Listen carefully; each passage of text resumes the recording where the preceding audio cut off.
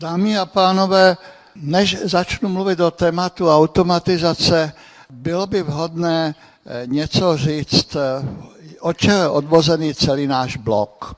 Pojem robot je všem znám, je to asi jediné české slovo, které se dostalo do všech světových jazyků, které používají technickou terminologii a vzniklo tak, že Josef Čapek ho vymyslel pro svého bratra Karla, když potřeboval nějak pojmenovat automaty ve své hře RUR. To znáte. Co je méně známé, je, jak vzniklo slovo automatizace.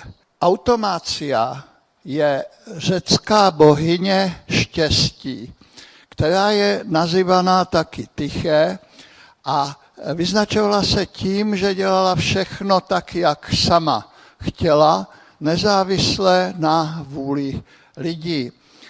Později potom Římané nazvali tu bohyni štěstí Fortuna, což je všeobecně známo.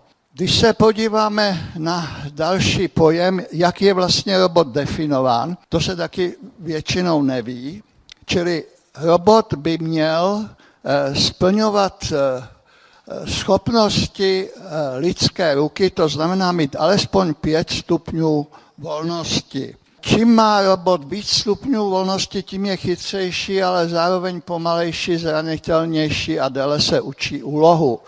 Proto to, co my používáme, nejsou roboty, ale automaty.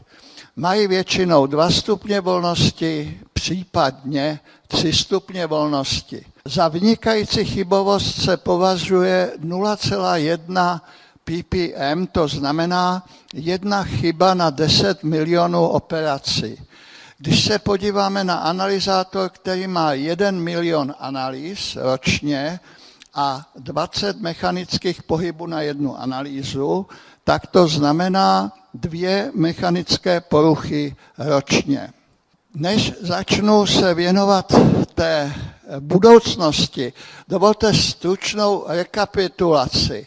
Podle Američanů za 35 let od roku 65 do 2000 ceny stouply 5krát, ale ceny na test klesly přibližně 5krát, produktivita práce stoupla 9krát, převážně stoupla do roku 80, pak se to ustálilo a teprve od roku 98 začala zase stoupat, protože nastala automatizace preanalytiky a postanalytiky a z toho vyplývá potom vyřazení statimových analyzátorů, protože ty současné analyzátory jsou schopny dodat výsledek do 1 hodiny a většinou to stačí. Klíčové faktory, které ovlivňují budoucnost, kromě pokroku v automatizaci, je především konvergence technologií, jak už jsem říkal, vyřazení statimových analyzátorů a také to, že většina přístrojů je dneska na leasing a z toho vyplývá, že dodavatelé zodpovídají za poměrně velkou část údržby.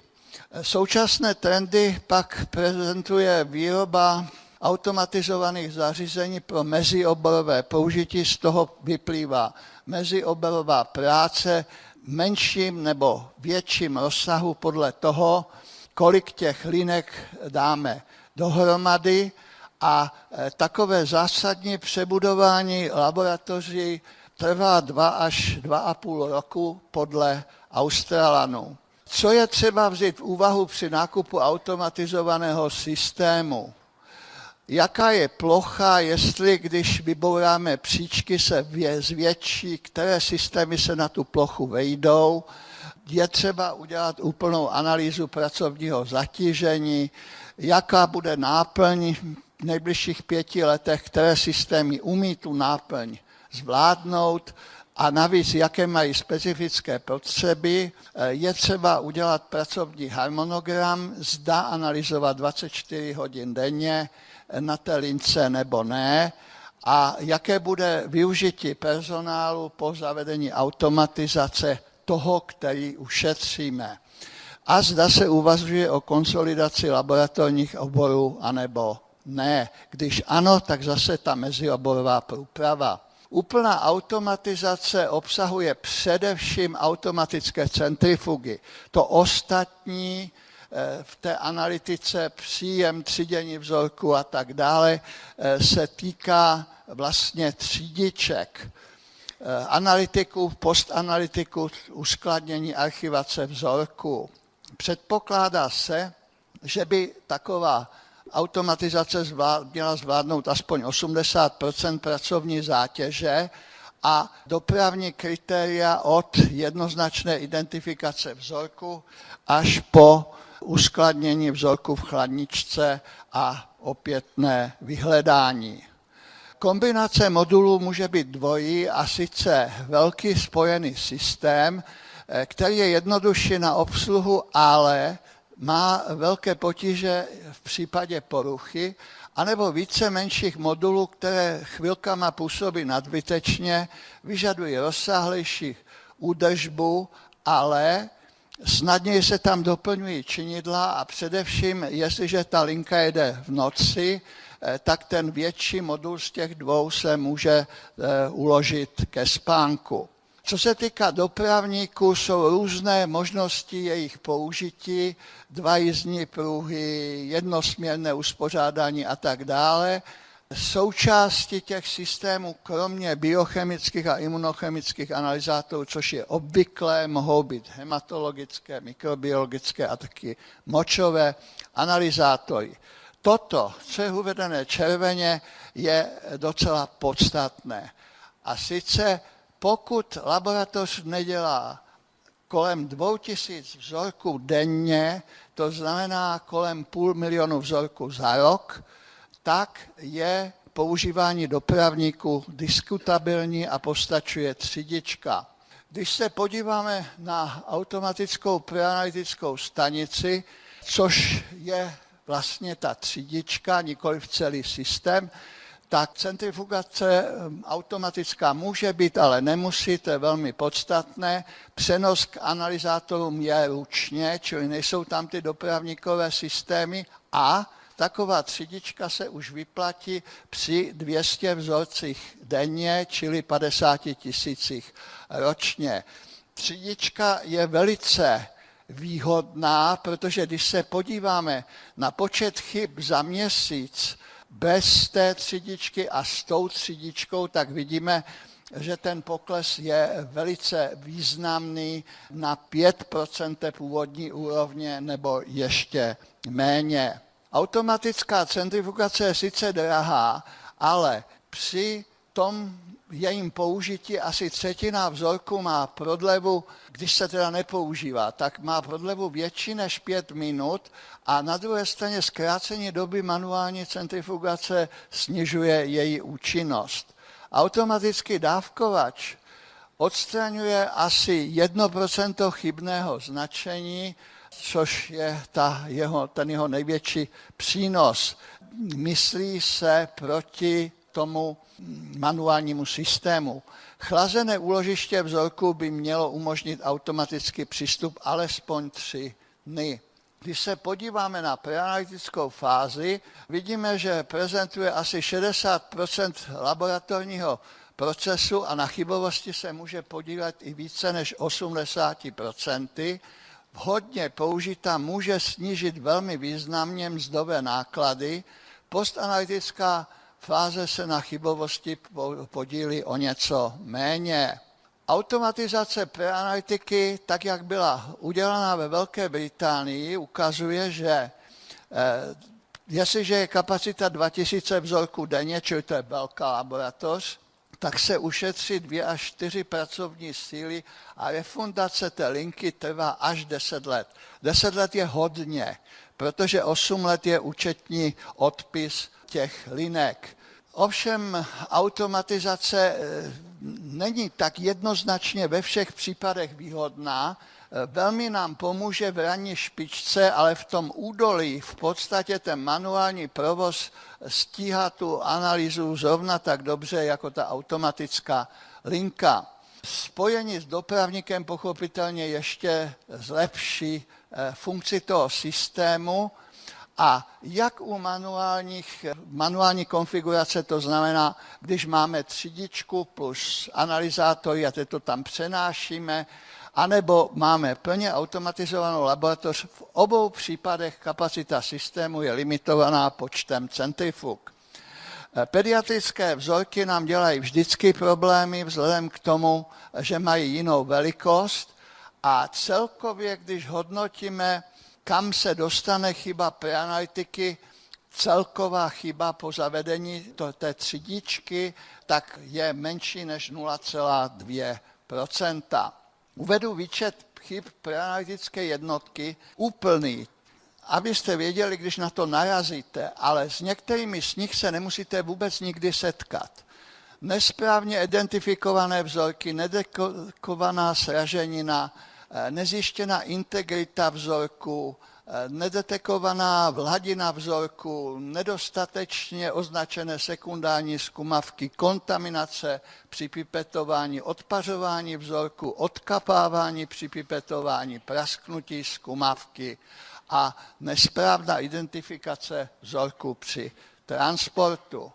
Klinická biochemie běžně dělá 200 až 300 analytů, velká laboratoř až kolem 1000 a traduje se tedy v nemocnici již z 90. let nadbytek objednaných vyšetření, protože jsou snadno a rychle dostupné a hlavně přijímací screening je pro ty lékaře jednodušší, než přemýšlet nad cílenými vyšetřeními. Co se týká použití technologie, tak nejvíce používá fotometrie, potenciometrie a imunanalýza, částečně taky elektroforéza a v automatických linkách velice zvolna se začíná uplatňovat kapalinová chromatografie s tandemovou hmotnostní spektrometrii. Pro referenční účely se pak používají další metody a předpokládá se, že biochemický analyzátor by měl být částečně otevřený, to znamená udělat takových 10 metod podle toho, co chce uživatel, nikoliv co chce firma, která dodávala analyzátor. A deklarovaná doba odezvy by měla být dosažitelná u 90% analýz. Paralelní testy zvyšují rychlost analýzy, ale pokud nebyly objednány, tak taky nejsou placeny s výjimkou soukromých nemocnic, velmi bohatých laboratoří ve Spojených státech, kde prostě se platí úplně všechno. Rutinní provoz prezentuje analytické fázi až 30% chyb. To je, prosím vás, číslo vztažené k celkovému počtu chyb, abyste se nedivili, že na druhé straně jsou tady čísla poměrně malé. Z 2 milionů analýz, které byly studovány, největší podíl má hemolýza asi 0,3%. Chybné výsledky jsou ze 3/4 v referenčním intervalu a bohužel 6 až 12% z nich může vést k nevhodné léčbě. To, že 74% neovlivní léčbu, není myšleno tak, že lékaři prostě ty výsledky z té laboratoře neberou v úvahu, ale je třeba uvědomit si, že to jsou tyto výsledky, ty, které jsou v referenčním intervalu. Italové dělali 2 studie, jak to vypadá z chybovosti ve statimové laboratoře a výsledky jsou velmi podobné. 60 až 68% chyb prezentuje preanalytika. Když se podíváme na výhledy do roku 2035, tak úvodem je třeba říct, že není příliš lukrativní pro firmy vyrábět tyto automatizované systémy. A sice proto, že ceny vyšetření jsou pojišťovnami ve světě zdravotními regulovány přímo nebo nepřímo a navíc se do toho míchají ještě vládní zdravotnické instituce. Takže vlastně počet těch výrobců celosvětové není vyšší než 10. Navíc ceny ve zdravotnictví neustále rostou, takže účelem je vyvíjet technologie, které ty ceny sníží více než ty automaty. Spojení samozřejmě třeba s telemedicinou snižuje náklady a uvažuje se o použití specifických markerů pro preventivní medicínu. Existuje 10 důvodů, proč automatizace nemusí splnit očekávání. Neúplné pochopení toho původního systému, nedostatek flexibility, nerealistická očekávání, špatně provedené spojení manuálních a automatických postupů, nejasné představy o funkčnosti systému, komplikované uspořádání systému, nevhodná technická podpora firmy, která dodala ten systém, opomenutí provést analýzu skutečných dopadů a skrytých nákladů, zejména údržby, opomenutí optimalizovat původní postupy před automatizací. Automatizace má silné a slabé stránky a také možnosti a rizika. Výhodou automatizace je zvýšení jakosti standardizace, zvýšení dostupnosti a celková cena vyšetření. Nevýhodou je závislost na výrobci a IT technice, snížená flexibilita, zejména u těch plně automatických systémů, které jsou dost rigidní, a náklady na údržbu, které jsou vyšší než u těch částečně automatizovaných systémů. Co se týká možností, je třeba uvažovat, co s tím zkušeným personálem, který vlastně se ušetřil, a je možné zdokonalit interpretaci výsledků. Rizika jsou především to, že počáteční investice se nemusí zaplatit v důsledku nadhodnocení nabídky testu, to znamená, nakonec se na tom dělá méně, než jsme si mysleli. Ztráta technické dovednosti, to je to mačkání knoflíku původně velmi zdatného personálu a závislost na dodavateli. Závěrem bych řekl to, že automatické linky se z hlediska tvrdé ekonomie nevyplatí, protože se za těch 8 let nezaplatí. Nezaplatí se u nás už vůbec ne při těch nízkých platech laborantů. Nezaplatí se ani v Británii, to jste viděli. Ale přesto jsou zapotřebí ze 2 důvodů. První je nesporně vyšší kvalita analytické práce. Druhý je, že laborantky nejsou. V řadě míst nejsou laborantky, protože za ty platy půjdou radši dělat asistentky nějakému manažerovi. Takže to je asi všechno, co jsem chtěl říct, a děkuji za pozornost.